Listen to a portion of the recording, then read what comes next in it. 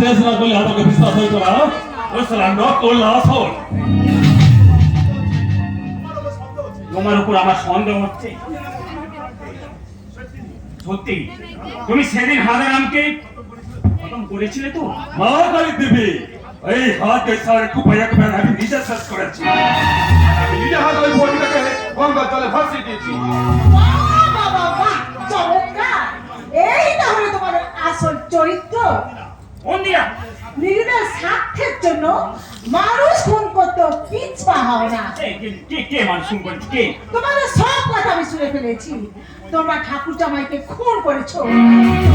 তোমরা সবাই খুনি। না না, তোমাদের আমি ছাড়বো না, কিছুতেই ছাড়বো না। তোমার জন্য ঠাকুরজির জীবনটা নষ্ট হতে বসেছে। তোমার জন্য ঠাকুরকে বাড়ি ছেড়ে চলে যেতে বাধ্য হয়েছে। তাই তোমাদের আমি সব পুলিশের কাছে আমি ফাঁস করে দেবো। তোমার এত বড় সাহস! তুমি কিনা আমার সর্বনাশের পথে হাত বাড়াও? তোমার ওই পা দুটো আমি ভেঙে দেবো। একেবারে তার বুকটা বন্ধ করে দে।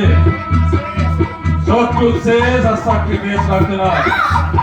আচ্ছা হ্যাঁ, দোষীকে মাঠে রাখলে আমাদের সবার বিপদ হতে পারে।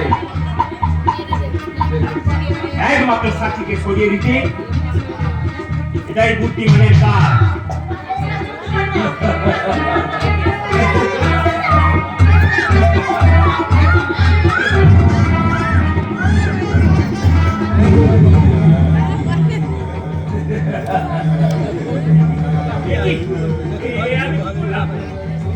আমি নিজে শিখে আমি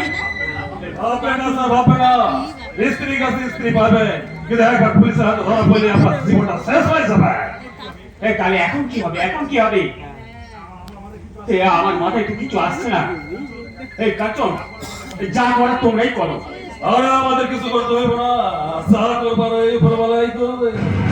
ওই দেখায় আমাদের পাঠিয়ে দিয়ে পাশে ঘরে চলুন, আমরা নতুন করে খুনের প্ল্যান সাজাবো।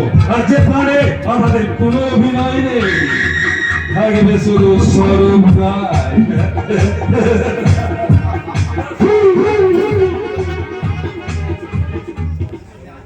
এসো ঝুমরি, এসো। এই হলো আমাদের বাড়ি।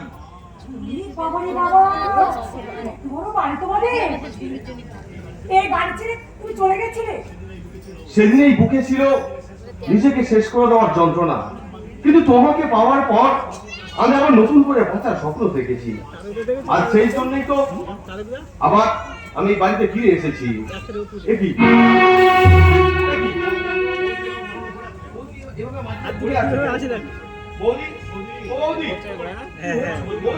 তোমার মুখ তো কথাই বলছে না।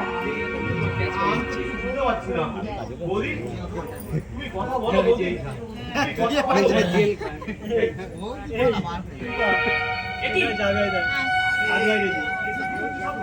কি করছিস? কথা বলছে না। কথা বলছি না মানে? আরে কি করেছিস তুই? আমার মন্দিরাকে তুই কি করেছিস? আরে আমার মন্দিরাকে তুই খুন করে দাদা। আসেন স্যার, আসেন। এরকম করে আছে। আসেন স্যার, আসেন, দেখেন দেখেন।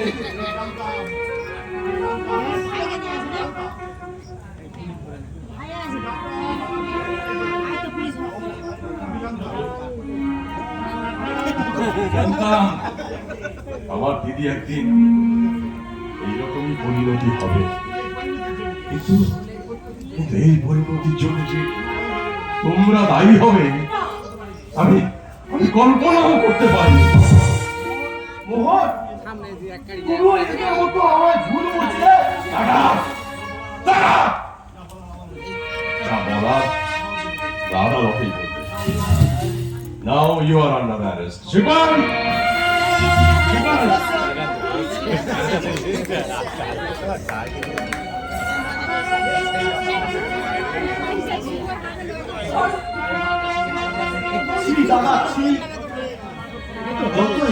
নাটক করো, আমাকে পুলিশ সাজাও। আসল সত্যটা আমার কাছে পরিষ্কার হয়ে গেছে দাদা।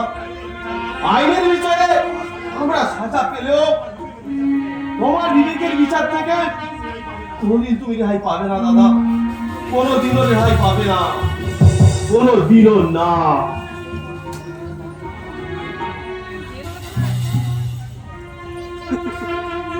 তাই হবে।